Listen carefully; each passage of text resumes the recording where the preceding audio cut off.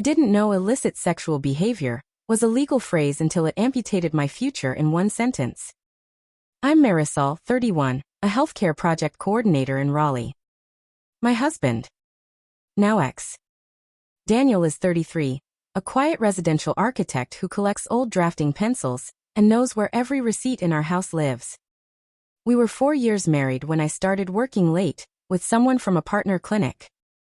It didn't start as a plan. It started as inside jokes in a Teams chat, a "we should grab coffee" that turned into wine near the hospital, and a lift to a boutique hotel that pretends to be a bar after 10 p.m. I told myself the usual. It was a blip, an accident with lighting. Back home, Daniel kissed my forehead and asked if I wanted to watch the last episode of a show we'd been saving. I said I was tired. I meant I was terrified. The thing about cheating is you start living like a stagehand in your own life. Moving props, hiding cords, making sure the audience can't see the pulleys. But the audience is your spouse, and they start noticing you've become weird about your phone and allergic to daylight honesty. A week after my late clinic night, Daniel asked if I could stop by the dining table. He'd laid out card statements, our shared budget, and this small black notebook he uses for everything. He didn't yell. He asked questions like a building inspector. "Did you go to the Aloft on Glenwood last Thursday?" he said, voice even. I shook my head before my brain caught up. He slid forward a printout from our card portal. Bar charges at the Aloft, then a room number scribbled on a receipt I didn't remember signing. I started to cry and said all the words. Mistake, one time, not who I am. As if language could pass for consequence. He let me cry. I met with an attorney, he said finally, like the weather report had changed. And I learned a phrase, illicit sexual behavior. In North Carolina, if the dependent spouse committed it before separation, alimony is barred. If the supporting spouse did it, alimony is mandatory.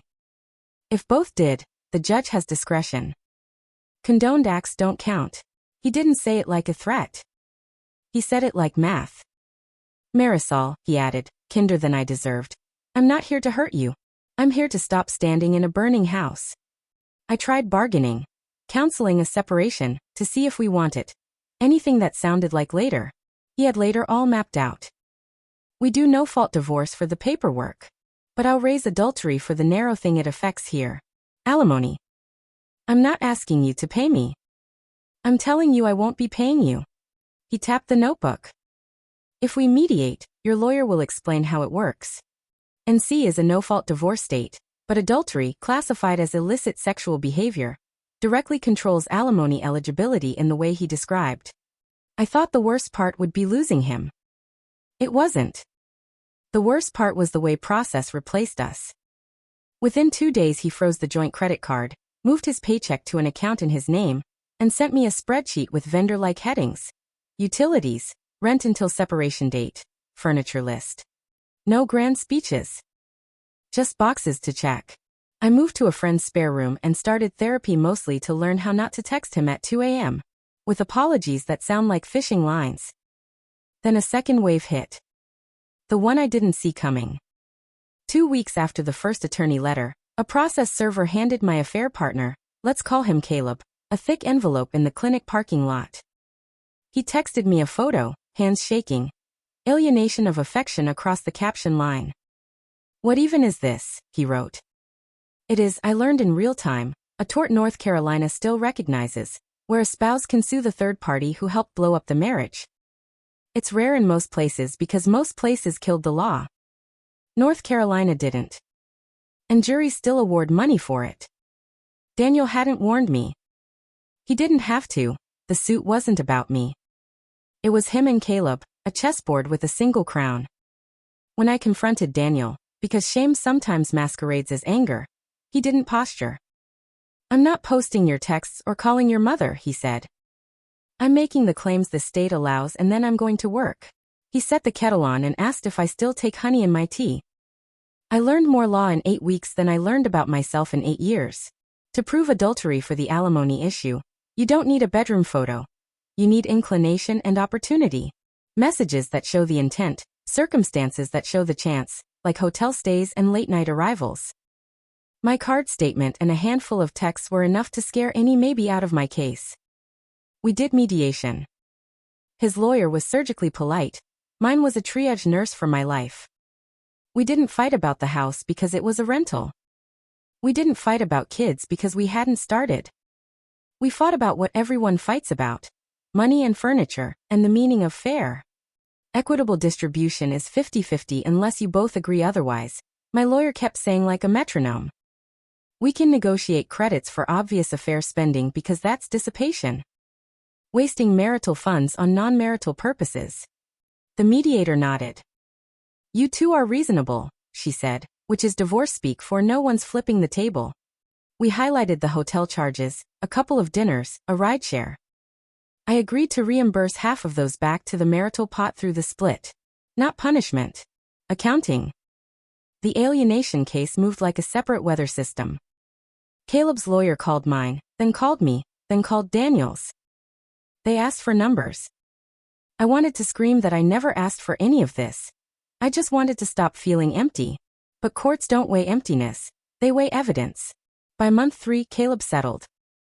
Confidential, but not small enough to shrug at, big enough he sold his motorcycle and listed his condo's second parking spot.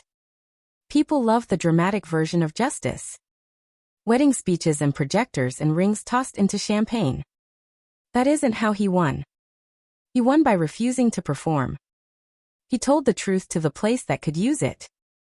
He asked for no confetti. He made tea. There were humiliations I earned. HR asked me to step away from any account touching Caleb's clinic, pending a conflict review. Which reads like corporate for, we don't trust you not to be a tornado. My mother asked why the separation agreement says no alimony either way. I said because I didn't ask. The real answer was uglier. I couldn't. Not in this state. Not after what I did. On a Tuesday afternoon in May, the judge signed our divorce decree. The clerk stamped it with a noise that sounded like a door locking and unlocking at the same time. We stood together in the hallway like co-workers who used to date. I hope you're okay, he said. He meant it. I said I was sorry and that small voice grief picks for you. We walked down the marble stairs at different speeds. Back at my friends, I scrolled through old photos. Us with ugly Christmas sweaters, him on a job site pointing at a roofline, me kissing his cheek with a latte foam mustache. I wanted to post, to make a story out of the woman who lost good things to a pretty lie. Instead I put the phone down and washed a bowl that wasn't mine. Here's the part one don't want to narrate and will anyway. I learned more about love from how he left than from how we stayed. He could have humiliated me. He could have copied my text to my family chat or printed my DMs for my boss. He could have turned my life into a slideshow. He didn't. He let the law do the boring job of consequences while he kept his mouth shut and his calendar full. I can recite statutes now like a cautionary poem. If you're the spouse who needs support and you slept with someone else before separation here, your alimony is a ghost. If your affair partner lives in a small list of states that still believe in a very old tort, they can be sued. If you spent joint money on your fling, expect a spreadsheet and credits against your share. The drama is optional. The math is not. I'm not going to stitch a moral that paints me kindly. The lesson is not we grew. The lesson is simpler and meaner. The truth doesn't need a scene. Just a statute and a receipt. He had both. Host remark and outro. She gambled, thinking tears would outvote paper. In North Carolina they don't. He calmly invoked the alimony rule. If the dependent spouse commits illicit sexual behavior, before separation, no alimony. And let the record speak. He also leveraged a still-alive NC tort, alienation of affection, against the affair partner. Often enough to push a settlement. And negotiated credits for obvious affair spending as dissipation. No theatrics, just process. She loses the marriage, he keeps dignity, money, and momentum. If you're into true-to-life stories like this, hit subscribe. More tomorrow.